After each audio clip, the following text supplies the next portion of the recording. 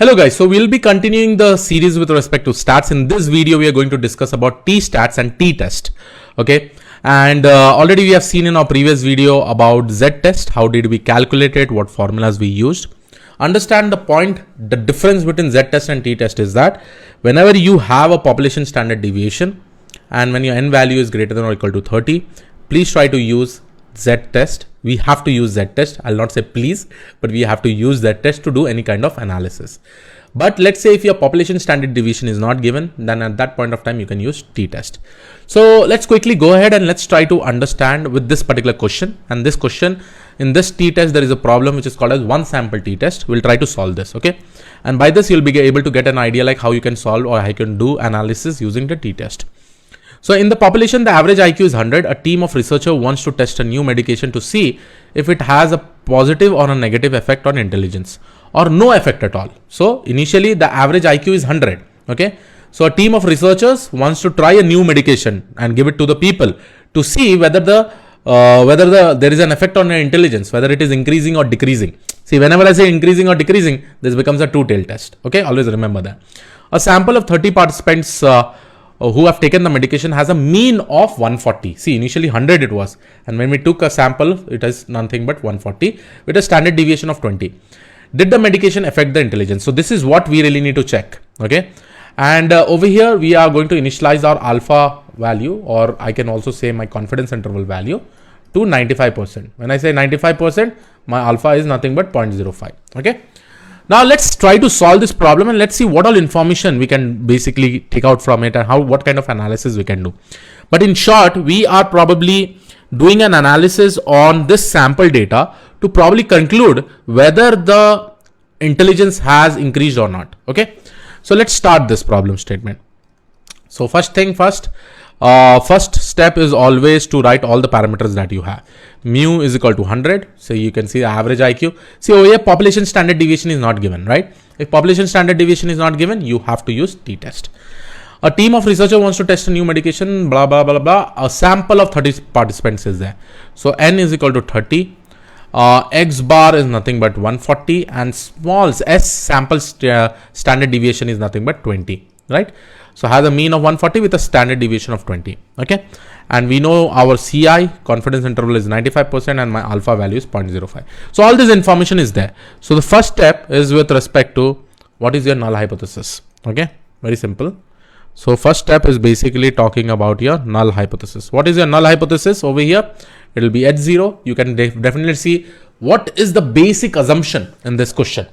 In the population average IQ is 100. So can I consider my null hypothesis to be mean is equal to 100, right? Now, similarly, when I go with respect to the alternate hypothesis,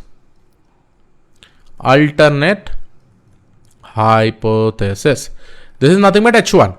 And over here, my mean will not be equal to 100 because over here, a team of researchers wants to test a medication to see if it has a positive or negative effect on intelligence or no effect at all. So either like from this analysis that we are going to do, probably we are going to get the average IQ more than 100, less than 100. So this becomes a two-tailed test. Two-tailed test. Okay. Now coming to the next one, very important step. Here you know your significance level, that is alpha 0.05, right? Now, whenever you are given a t-test problem, I need to compute the degree of freedom, right? We have also discussed in student t-distribution. Over there, with the help of this only, we will be able to see from the t-table, right? What is the area under the curve, right? So in this scenario, my degree of freedom is nothing but n minus 1, which is nothing but 30 minus 1, which is nothing but 29. Okay. Now coming to the major step, which is called as decision rule. What decision rule we need to select based on the visualization diagram, right? So usually in this scenario, I will be getting a curve like this. Okay. Let's say this is the curve. You know, you want 95% confidence interval. So this area will be having 2.5%. This area will be having 2.5%. Now we really need to find out the Z score by using T table, right? And how much it is away from the mean, that we will try to find it out. Okay. Now in order to find it out, we will use degree of freedom. We know what is my alpha. We know it is a two-tailed test. Now all I'll be doing over here quickly, I will go back to my T table. right? So in this T table, you will be able to see that on the top here you have one tail, two tail. We know that it is two tail. My alpha value is 0.05. Now on this axis you see degree of freedom. My degree of freedom is 29. So if I probably go and select this last one, last data is basically talking with respect to, not last, sorry, this one, 0.05 and 29. So I will be getting somewhere around 2.05, right? So this is basically my Z-score value. In short, when I say Z-score, how many standard deviation is away from the mean, right? That specific value, that 2.5 percentage which is present in the extreme end. So finally, I'll be able to see that it is having 2.045. So again, how did I do it? Degree of freedom 29. With respect to this, I'm seeing over here, and I'm probably checking out this, which is my alpha value. Okay. So again, repeating 2.0545, right?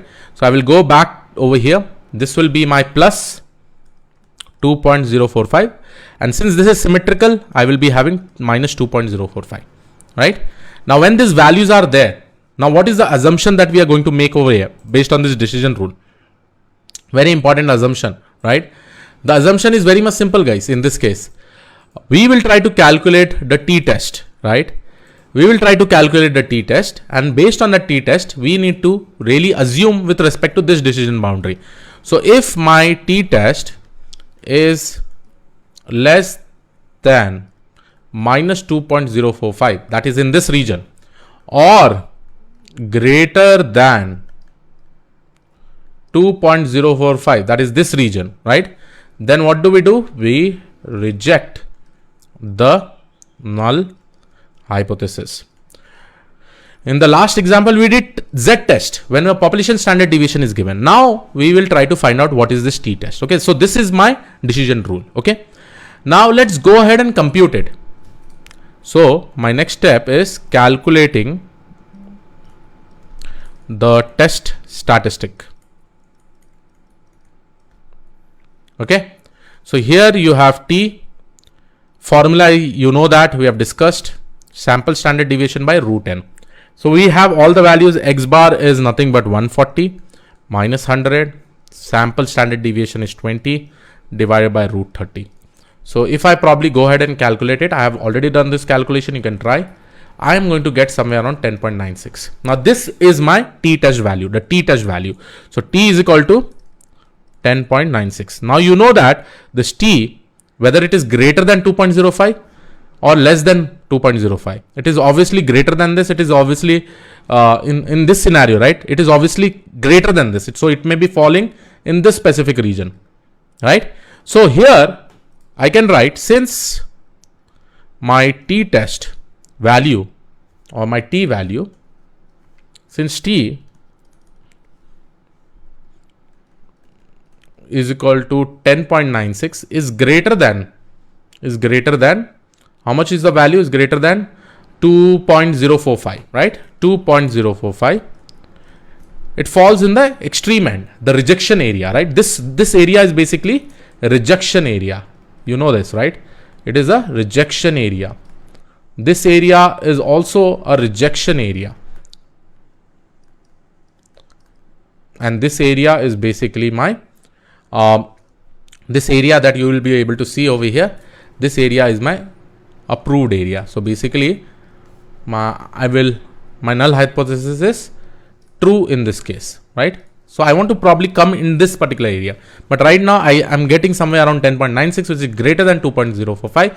So we have to reject the null hypothesis, right? So at the end of the day, what analysis we are able to make from here? That whatever medication has been used, that has affected the intelligence. So final conclusion is that medication used has affected the intelligence.